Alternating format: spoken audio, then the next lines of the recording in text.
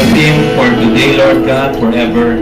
Lord God, 23, forever, Lord God. You said in your word, Lord, in Psalm 23, Lord, the Lord is my shepherd. I shall not be in want. He makes me lie down in green pastures.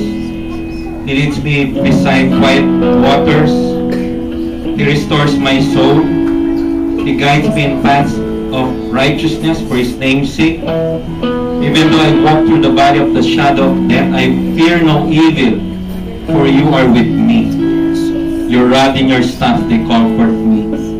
You prepare a table before me in the presence of my enemies. You anoint my head with oil. My cup overflows. Surely goodness and love will follow me all the days of my life, and I will dwell in the house of the Lord forever. Una-una sa lahat, Panginoon, maraming salamat that this year You are our shepherd, our personal shepherd, Panginoon, and You satisfy our soul, Lord God. Maraming salamat, Lord God, as You are leading us. You led us to green pastures, Lord. Bountiful blessings this year. Thank You, Lord, Panginoon, that You gave us, Lord God, times of quietness and rest for our souls. Thank You also, Lord God, for restoring our hope, our souls, Lord God, guiding us in paths of righteousness, at naitataas namin pangalan Ninyo tuwing na kami gumagawa ng tama.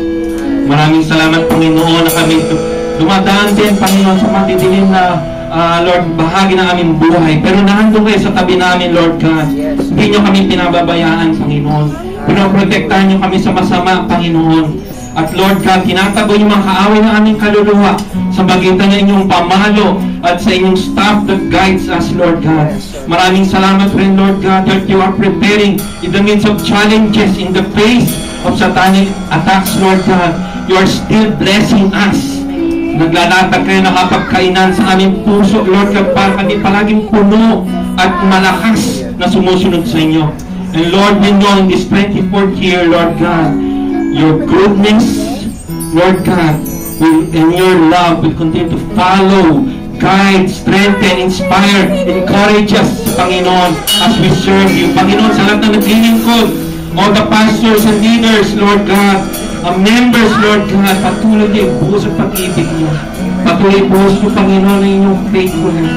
And we will not just dwell in the house of the Lord. We will dwell in Your presence daily.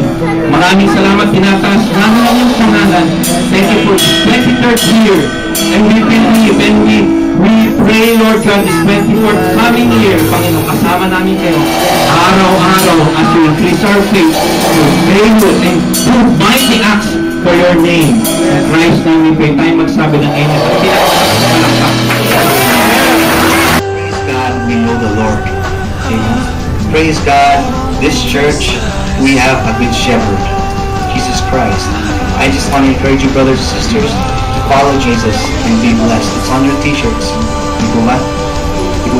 And then you can be forever 23. Forever walking in Psalm 23. Amen? Amen.